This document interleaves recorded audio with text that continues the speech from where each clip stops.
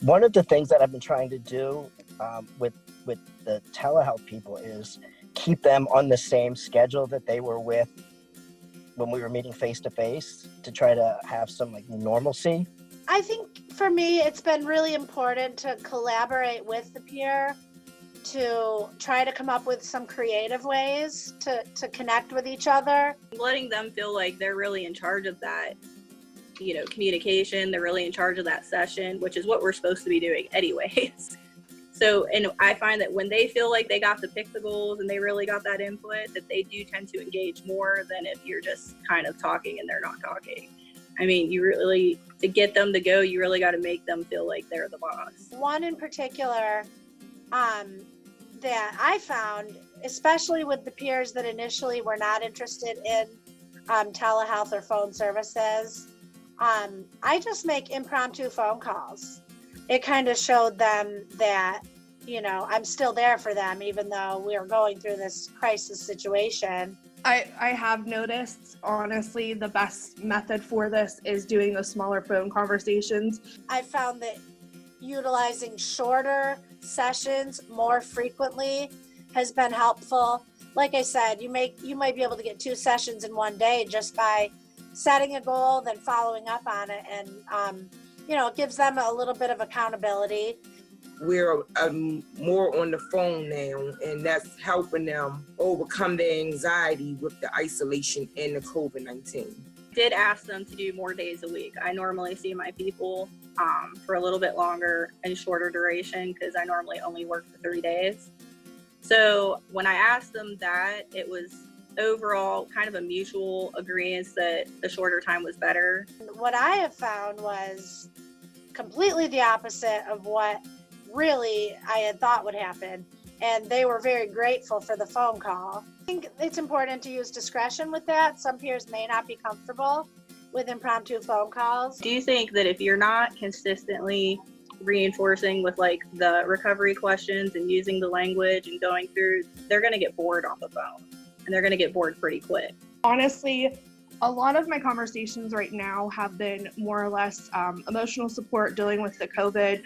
I had a peer that was very upset who has an animal who also has difficulty reading. It does not have the ability to read and understand it. So I've looked up, not on telehealth, but over the phone, and read verbatim to her what, the veterinarian association was saying about the animals and catching COVID, and just statistics and looking up phone numbers is something I've had to do a lot. A couple of the strategies I've used, and this is something I've done face to face, but it's also been really effective over the phone, is selecting some type of self-help book or an article regarding mental health or physical health, and having the peer read out loud, if they're able to read out loud, an article or a chapter out of a book, and having time to discuss the topic. What did I learn from it? What did they learn from it? You guys know our favorite little rap plan.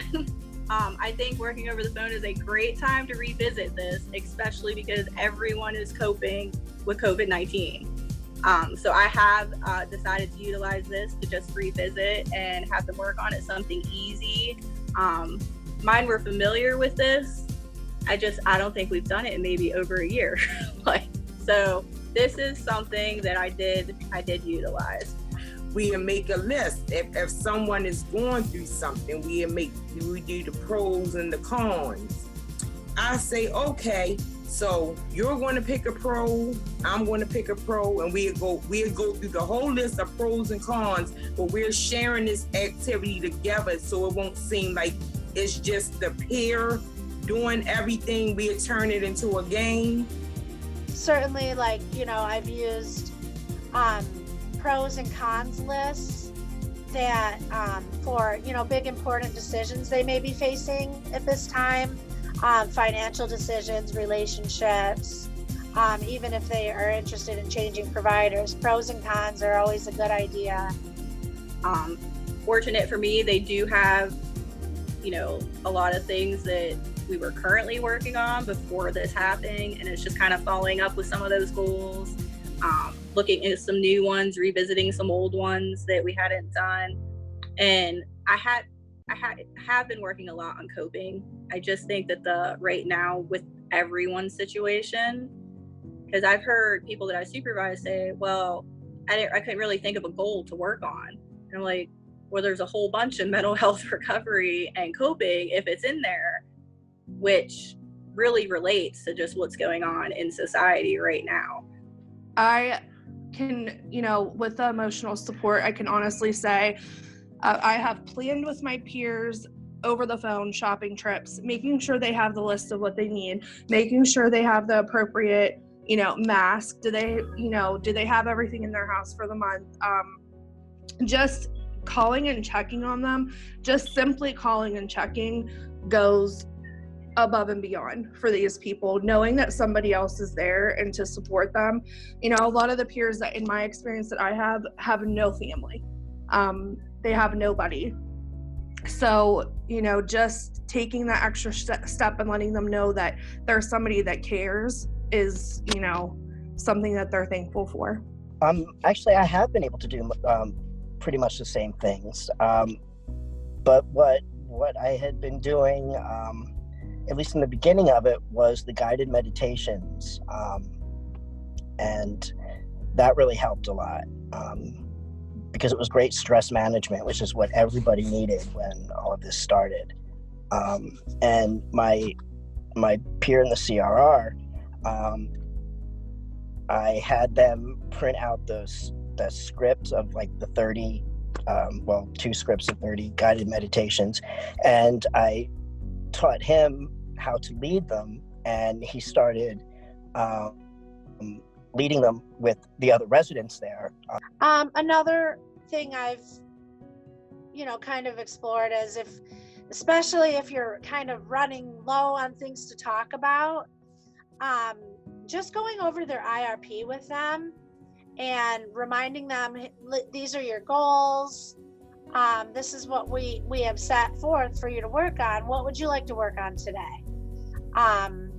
It kind of provides some clarification on what you're really intended to be working on, as well as providing some focus for the session. I think sometimes when you have experience with the activities and you know what your peers' goals are, it's easier to pull that out then, because right away I was like, oh, well, let's do individual advocacy today.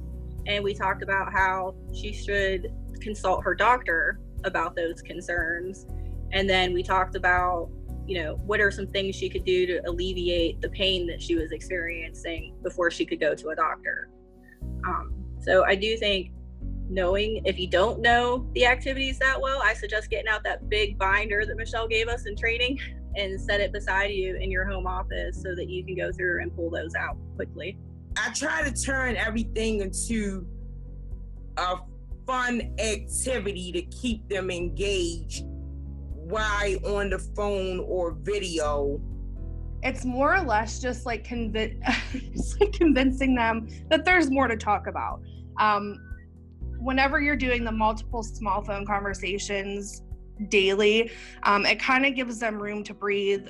They're able to on their own work some things out, call you back with, maybe they're feeling better, maybe they're still not where they need to be. As far as engaging, just being a good listener and knowing when to respond, knowing when your response is wanted and needed, trying to find some type of common ground, common interest. That's kind of how I do it. I kind of give some time and space to let the peers work on goals as if it were a face-to-face session. So, I think it's appropriate to, if they like to do journaling, give them an opportunity to write in a journal entry and a journal topic related to their goals. You can have a set time or an open-ended time frame and give them the opportunity to write. And then if they choose to share, they're welcome to. But if not, they've still, put some effort into working on what's important to them. Because I usually ask, first question, how was your day? And if I didn't get something right away that I thought we could work on, like pull a goal out to focus on, I usually then just suggest, like I'll go through their goal list and I'll suggest, well, which one sounds good to you to work on today? Positive affirmations, you could always do them whether you're face to face, whether you're over the phone. You know, they can write it down, you can write it down, they can write it on Post-it notes. Right now, working on self-esteem goals. I mean, people are stuck at home, isolated, either by themselves or, they're just watching TV, basically. I mean, I had my one say she slept all day in bed. And I was like, well, we all know that that's not healthy. Honestly, laughter, making somebody feel comfortable with you, just listening, allowing them to tell you what they're comfortable with at first, making sure they understand what peer support is, and just letting them know, like, you have somebody here for you, and, just support. Yeah.